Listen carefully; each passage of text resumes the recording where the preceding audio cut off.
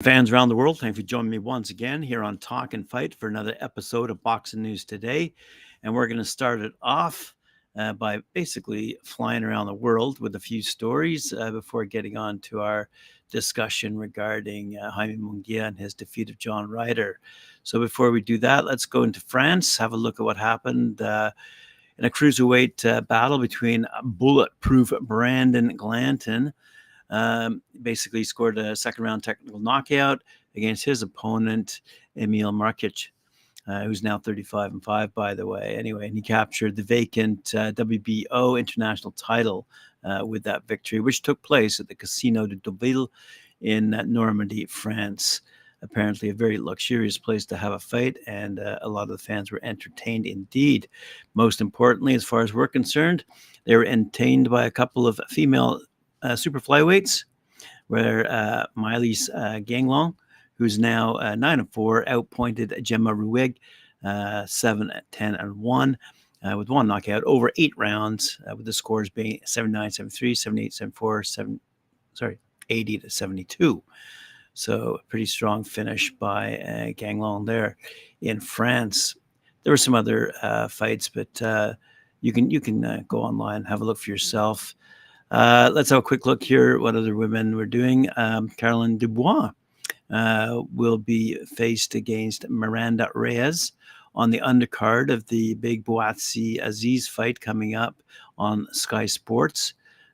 London's Dubois will be making a first defense of her IBO lightweight belt, set to take place at the Wembley Arena against Reyes, who's from America. So a good fight coming up on the undercard of the Buatsi Azeez fight. Elsewhere, women in the ring, we're seeing Canada's Kandi Wyatt go toe-to-toe against Maricela Cornejo. That's taking place in Orlando, Florida.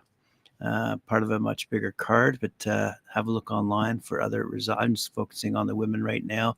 They need a bit of a push. Southern California's Gabriela Fundura remains undefeated 13-0 after referee Chris Flores stopped the fight, which was a title fight, against Cristina Cruz, who's now 6-1 in round number 10. I got to admit, this is a bit of a peculiar ending because Cruz had her back turned to Fundura and was stepping on Fundura's foot, and it was making it difficult for her, I guess, to spin around. So she thought the referee would intervene, but I guess he didn't quite see it that way. And in fact, with a punch from Fundura coming in from the side, he called the fight. So it was a kind of a weird ending to what was a pretty good fight with great punches thrown by both fighters. Nonetheless, Fundura, who we've talked about quite often, and her brother here on Talkin Fight, remains undefeated, as I said. Also out of California, it was basically SoCal versus NorCal. Lupita Mentina, 5-0, remained undefeated. She beat Tatiana Almaraz by majority decision in their light fly match. Let's have a quick look at what some men were doing. Carlos Linas is taking a successful boxing series to different cities across the state of Michigan.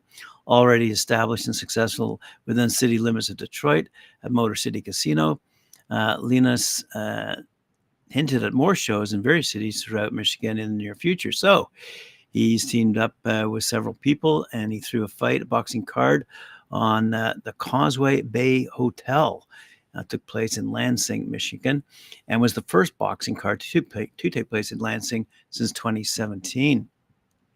The main event featured a hometown favorite, apparently Justin Johnson, 3-0, 3 knockouts, beating fellow super middleweight Ashwan Bates, who's now 0-3, producing a knockout victory in the first round. Fight of the Night awards went to the co-main event.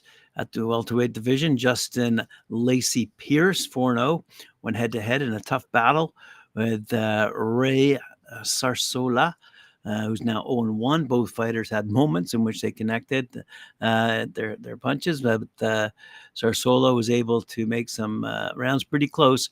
But in the end, it was Lacey Pierce's overall performance that won him the majority decision in that fight. We saw Cody Cross win his pro debut, scoring 2 knockdowns in the first to defeat Marquand Flowers at 1 minute and 9 seconds of round 1, as I said, and that was a super middleweight fight. Welterweight took out for Wesley Rivers, defeated Anthony Smith. Junior middleweight division, Jordan McDonald, 1-0, 1 knockout over Marion Smith in the first round. Cruiserweight, Joseph Zuriga knocked down David Carr Jr. twice to win a technical knockout at 54 seconds in their first round. Man, this must have been a pretty quick night of entertainment for the lads and ladies out there. Super middleweight, Minion Diego Williams, 2-0, 2 knockouts, won by technical knockout at the 2 minute and 1 second mark of round number 1 to defeat Darius Cart. So some good fighting out in Lansing, but awfully quick fighting, it seems.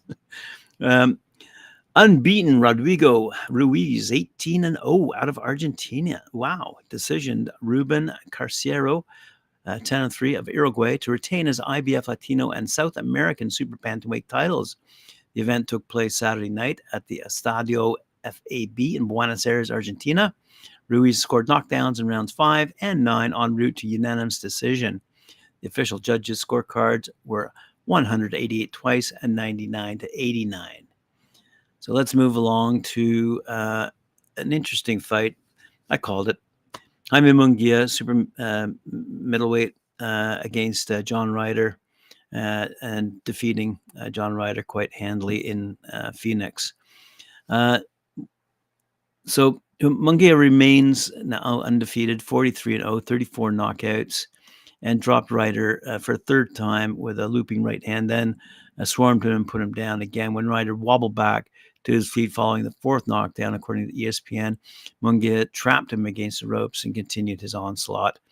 The Ryder cornerman climbed into the ring apron with towel in hand to end the fight. But referee Wes Melton did not see him. Officials then rang the bell to give Melton the wave off and beat down at 1 minute 25 seconds of the round. So John Ryder, as I predicted, got clobbered despite Eddie Hearn's opinion. Now, where it comes interesting is in this division, because it would seem that Munguia is picking and choosing accordingly to get his way, to see a fight put into play against undisputed super middleweight champ Canelo Alvarez. So to the casual boxing fans, that indeed would be a good fight. But along the way, I kind of think, I really do agree with some of the writers out there who say, realistically, Munguia should be fighting Dave Benavidez and Dave Morrell Jr., yet they would be, quite frankly, risky fights for Munguia. So as he moves up towards his dream date with Canelo Alvarez, I mean, a big purse indeed, and remaining undefeated along the way until he actually faces Alvarez, if you ask me. But Dave Benavidez took to social media with this comment: "Before I fought Dimitri Andrade, we were in negotiations with Jaime Munguia for 2 months back and forth. And then after 2 weeks of negotiations, they said they didn't want to take the fight." So what do you guys call that? Okay. So he's saying Munguia is basically ducking Benavidez. And he said it was an easy knockout. That's why they ducked me, concluding his statements on social media moments after Munguia had won his fight over Ryder. So in a nutshell, do we like what Munguia is doing? I don't know. I really don't know. It's tough call, because you're in different continents, and facing different fighters makes a difference. We'll have to wait and see on that one. But I would like to see Benavidez fight Munguia. I'd like to see that happen before the Alvarez, if he gets it, the Alvarez fight. But Ryder's out of action for sure. Anyway, let's have a quick look at Tim Sayu out of Australia. He's peaking. He's undefeated, 24-0, 17 knockouts. And can he stop Keith Thurman? That's the big question. I don't think Thurman's had very many fights over the past few years. I mentioned him last week. I think he's had 3 fights in the past 3 years, something like that. Anyway, When Tim was asked whether he could knock out Thurman, he goes, "In my mind, yes. I believe the next 8 weeks and how I approach the camp, which will take place in the United States, and the way I've been approaching this camp, that's when I peak. I feel, and he will feel it." He said he will feel that he's never been in the ring with anyone like me. So some bad news coming in, to Keith Thurman. It looks like he's in for a tough battle. Like I said, he has not been in the ring very often. It would be quite an upset, quite frankly, if Keith Thurman, with all that ring rust, went into the ring and actually beat Tim Tszyu. I doubt it. It's not going to happen. But Tim Tszyu does need to make himself known to an American audience. That's without a doubt. And start making some money on, I guess, pay-per-view. The interesting, and I'm going to conclude this off, is Jermell Charlo. Very, very peculiar situation in this whole realm of matchmaking and who gets to fight who. This is a weird one. So I'll read you the headline, courtesy of Bad Left Hook. Jermell Charlo, reportedly named WBC champion in recess. Fundura and Bohachuk are now for the full title. Okay. So former undisputed super welterweight champ Jermell Charlo may be down to one belt. He's either been or will be named champion in recess soon enough, says Dan Raphael and Keith Idek. Sebastian Fundura and Serhil Bohachuk will battle it out for the full title on March 30th instead of the interim. Charlo, he's 35, 2-1, 19 knockouts, has not fought at 154 since stopping Brian Castana in their May 2022 rematch. PBC allegedly due to lack of availability dates and elected to schedule his mandated defense against Tim Tszyu for the following January, which gave Charlo enough time to get injured and withdraw. So rather than face Tszyu on a rescheduled date, Charlo instead jumped up to 168 to challenge Canelo Alvarez, only to hit the deck and drop 10 rounds in a listless performance. To add insult to injury, the WBO deservedly stripped Charlo the moment the ring announcer introduced him as the undisputed champion. Charlo then proceeded to vacate his IBF belt when overdue mandatory challenger Bakram Mutiliev came calling. Now all that remains is the WBA title, though that may be in jeopardy, as well as with Israel Madinov and Magomed Kubanov reportedly gearing up to fight for some form of it. Save for those announcements and getting charged with assault last month, Charlo has been effectively silent throughout the whole process. This move is long overdue. Say these writers, Charlo completely failed in his duties as champion. If you're going to hold 4 belts, you have to fight more than just you have to fight more often than Gary Russell Jr. does. However, make it that much more inexplicable that his brother got so much slack from Mauricio Suleiman. It also raises the question of why, number one, Charles Conwell isn't getting the shot. But the writers have long since given up on trying to figure out why he and his team are doing what they're doing with his career. So a bit of complexity in a couple of divisions with respect to why fighters are fighting who they choose to fight, and not the best versus the best, in my opinion, right now. It's not looking good for men's boxing with all these, I don't know, I'm not going to call them fixed fights, but the way these matchmaking, it's not my business. I'll leave you with that. I like women in the ring.